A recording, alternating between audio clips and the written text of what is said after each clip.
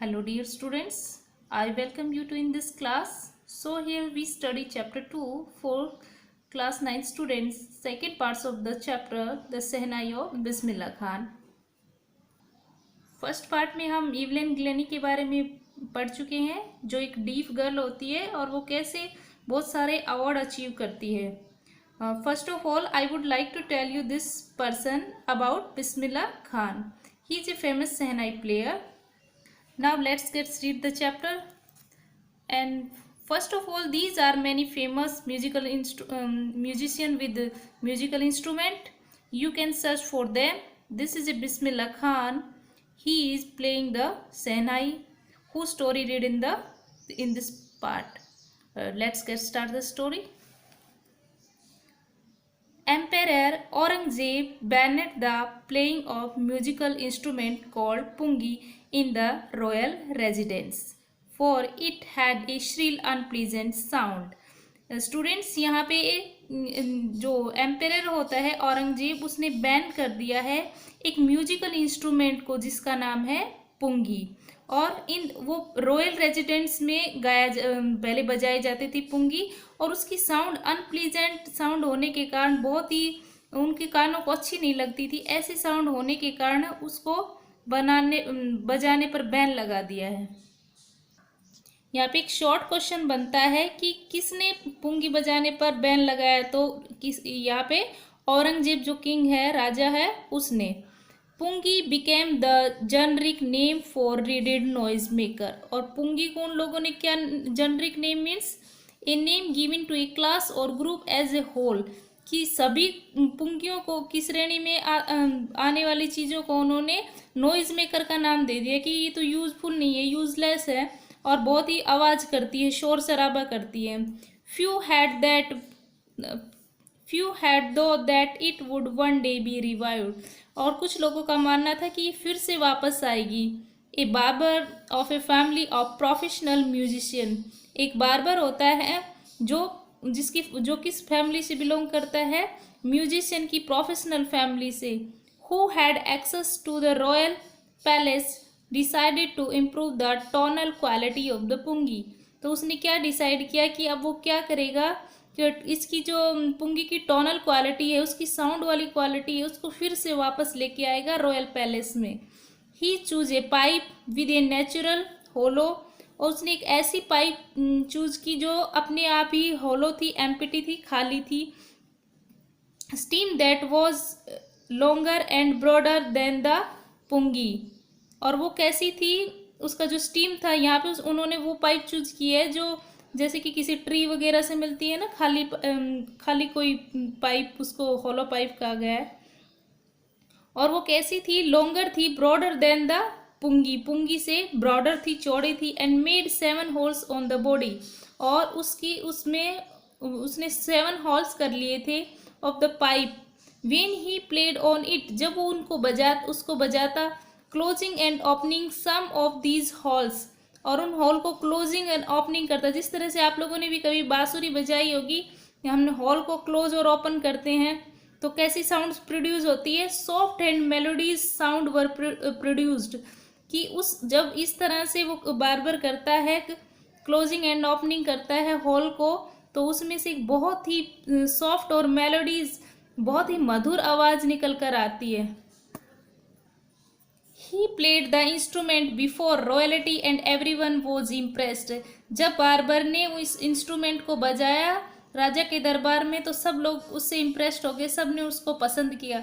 The instrument so different from the pungi had to be given a new name. ये जो instrument बनाया था ये पुंगी से डिफरेंट था, इसलिए इसको कुछ नाम भी देना जरूरी था. As the story goes, since it was first played in the Shah chamber and was played by a nai, the instrument was named the shehnai. तो इसको बजाने के लिए फर्स्ट टाइम इसको शाह के जो राजा के चैम्बर होते दरबार हैं उनमें बजाया गया. किसके द्वारा, एक नाई के द्वारा, बार्बर के द्वारा. तो इसलिए इस इंस्ट्रूमेंट का नाम पड़ गया शहनाई. स्टूडेंट रिमेंबर, शाह प्लस नाई किससे क्या बना है, शहनाई. देखिए ये पुंगी है और ये शहनाई. The sound of the shehnai began to be considered auspicious. Auspicious means होता है promising to be good fortune, कि इस शहनाई को कब बजाया जाता है, जब कोई शुभ कार्य हो। शुभ काम में शहनाई की साउंड को पसंद किया जाता है, बजाया जाता है। And for this reason it is still played in temple, और इसको टेम्पल में भी बजाया जाता है।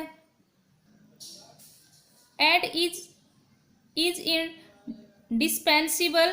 डिस्पेंसिबल मीन्स होता है without which piece of work be done, कि इसको है ना टेम्पल्स में और कोई अच्छे काम होते हैं वहाँ पे इसको बजाया जाता है। Component of any north Indian wedding, जो नॉर्थ इंडियन वेडिंग होते हैं वहाँ पर टेम्पलों और शादियों में शहनाई को बजाया जाता है। In the past the shehnai was part of the naubat of traditional ensemble of 9 instrument found at royal court. अब जैसे जैसे टाइम बढ़ता गया तो शहनाई एक पार्ट बन गई नौबत का, जो एक ट्रेडिशनल है। राजा के दरबार में 9 इंस्ट्रूमेंट को अहमियत दी गई है। राजा के रॉयल कोर्ट में, राजा के दरबार में उन 9 इंस्ट्रूमेंट जब मिल जाते हैं तो उनको नौबत कहा जाता है। तो ये जो शहनाई है इसको भी उन्हीं में शामिल कर लिया गया था। Till recently it was use only in temple and wedding, यहाँ तक कि इसका यूज टेम्पल और शादियों में, मंदिर और शादियों में किया जाता था। The credit for bringing this instrument on to the classical stage goes to Ustad Bismillah Khan. अब जो बार्बर है उसने यहाँ तक वर्क किया, लेकिन इस काम को क्रेडिट बहुत ऊपर तक पहुँचाने का, क्लासिकल स्टेज तक पहुँचाने का काम उस्ताद बिस्मिल्लाह खान ने किया। As a 5-year-old Bismillah Khan played gilli danda near a pond in the ancient state of Dumraon in Bihar. जब 5 साल के थे बिस्मिल्लाह खान तो क्या करते थे, डुमराव नाम की कोई प्लेस है वहाँ पे बिहार में, वहाँ पे क्या गिल्ली डंडा खेलते थे नियर ए पॉन्ड, एक तालाब के पास। He would regular go to the nearby Bihari ji temple to sing the Bhojpuri chaita. और क्या करते थे, वो रेगुलर एक मंदिर में, बिहारी जी के मंदिर में जाते थे और वहाँ पे भोजपुरी चैता गाते थे। चैता वहाँ का बिहार का लोकगीत है, लोकगीत होते हैं, जो लोकगीत गाते थे उनको चैता कहा जाता था, कलेक्शन ऑफ लोकगीत। At the end of which he would earn a big laddu. और जब वो ये गाते थे बिस्मिल्लाह खान वहाँ पे चैता गाते थे, उनके एंड हो जाने पर उनको एक बड़ा सा लड्डू दिया जाता था जिसका वेट कितना था, 1.25 kg, a prize given by the local maharaja. ये एक प्राइज के रूप में लोकल महाराजा उसको एक लड्डू देते थे जिसका वेट 1.25 kg था। This happened 80 years ago and the little boy has traveled for to earn the highest civilian award in India, the Bharat Ratna. तो याद रखना कि बिस्मिल्लाह खान को कौन सा वो मिला था, Bharat Ratna award.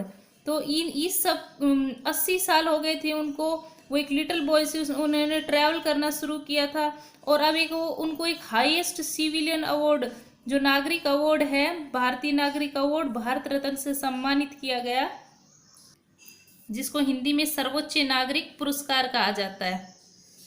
Next, born on 21 मार्च 1916, उसका बोर्न हुआ था 21 मार्च 1916। Bismillah belongs to a well known family of musician from Bihar. अब बिस्मिल्लाह खान है, उसकी फैमिली भी वो एक म्यूजिशियन फैमिली से बिलोंग करता था और उसकी फैमिली भी ये सब म्यूजिकल इंस्ट्रूमेंट सब अच्छे से बजा लेती थी। हिज ग्रैंडफादर रसूल बख्श खान, उसके ग्रैंडफादर का नाम था Rasool Bakhsh Khan, was the shehnai nawaz of Bhojpur king's court. और उसके जो दादा थे वो रसूल बख्श खान, वो क्या थे, शहनाई नवाज थे। कहाँ पे, भोजपुर राजा के दरबार में शहनाई बजाते थे। हिज फादर पैगंबर बख्श बिस्मिल्लाह खान के फादर हैं, वो क्या करते थे, वो भी शहनाई बजाते थे। And other paternal ancestors were also great shehnai player. और उनके जो सारे एंसेस्टर्स हैं, उनके फोरफादर से पूर्वज है, वो सब शहनाई प्लेयर हैं। The young boy took to music early in life. जो ये बिस्मिल्लाह खान है उसने स्टार्टिंग से ही अपने शुरुआती जीवन में ही म्यूजिक को अपना लिया था। At the age of 3 when his mother took him to his maternal uncle's house in Banaras now Varanasi. जब वो 3 साल के थे, 3 साल की उम्र में उनकी मदर उनके मामा मैटरनल अंकल मामा के घर छोड़ आते हैं जो बनारस में था, अब कहाँ है, वाराणसी में। Bismillah was fascinated watching his uncle practise the shehnai. Bismillah Khan है वो अपने अंकल को मतलब देखते रहते थे बहुत ही अट्रैक्शन से। जब वो उसके जो मैटरनल अंकल शहनाई बजाते तो बिस्मिल्लाह खान उनको बहुत ही ध्यान से देखता। Soon Bismillah start accompanying his uncle Ali Bakhsh. और जल्दी ही बिस्मिल्लाह खान अपने अंकल अली बख्श के साथ बजाने लगे। To the Vishnu temple of Banaras where Bakhsh was employed to play the shehnai. और वो धीरे धीरे अली बख्श के साथ विष्णु जी के टेम्पल में जो बनारस में है वहाँ पे शहनाई बजाने लगे। Ali Bakhsh would play the shehnai and Bismillah would sit captivated for hours on end. और बिस्मिल्लाह जब उनके अंकल अली बख्श शहनाई प्ले करते बजाते तो बिस्मिल्लाह खान उनको बहुत ही अटेंशन बहुत ही कैप्टिवेशन से देखता 4 आवर्स ऑन एंड। जब तक कि बहुत मतलब ऑन एंड मतलब काफ़ी घंटों तक देखता। Slowly he started getting lessons in playing the instrument and would sit practice through the day. और जल्दी ही उसने धीरे धीरे उसने ये स्टार्ट कर दिया लेसन करना, किसमें, प्लेइंग करने में। वो जैसे कि लेसन करते हैं इसी तरह वो घंटों तक इस इंस्ट्रूमेंट की प्रैक्टिस करता और वो थ्रू आउट द डे पूरा दिन इसमें निकाल देता था। 4 years to come the temple of Balaji and Mangala Maiya and the bank of the Ganga became the young apprentice favorite haunts where he could practice in solitude। और वो क्या करता था 4 years to come, जैसे जैसे time आता गया उसने बालाजी के टेम्पल में, मंगला मैया के टेम्पल में और बैंक ऑफ द गंगा के किनारे पर उसने बहुत ज़्यादा अप्रेंटिस मतलब लर्न टू द स्किल सीखना शुरू कर दिया। Favourite haunts where he would practise in solitude मतलब होता है अलोन। वो काफ़ी लंबे टाइम तक वहाँ पर बैठकर प्रैक्टिस करता रहता था अकेला।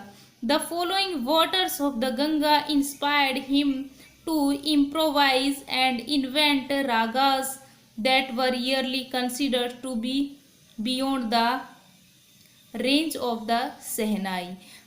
यहाँ पे देखिए इम्प्रोविस मतलब होता है मैनेज समथिंग विदाउट प्रिपरेशन, बिना ही कोई तैयारी के सब कुछ अपने आप इन्वेंट कर लेना, खोज कर लेना। तो ये है ये गंगा के किनारे बहते हुए पानी में देखकर इसको बहुत ज़्यादा इंस्पिरेशन मिलती और लोगों ने सोचा कि ये जो शहनाई है इसमें से जो राग कि इतने अच्छे जो राग है ये शहनाई से भी निकल सकते हैं, ऐसा लोगों को विश्वास नहीं हो रहा था। स्टूडेंट्स हम नेक्स्ट वीडियो में आगे का एक्सप्लेनेशन अब नेक्स्ट वीडियो में करेंगे। Thank you.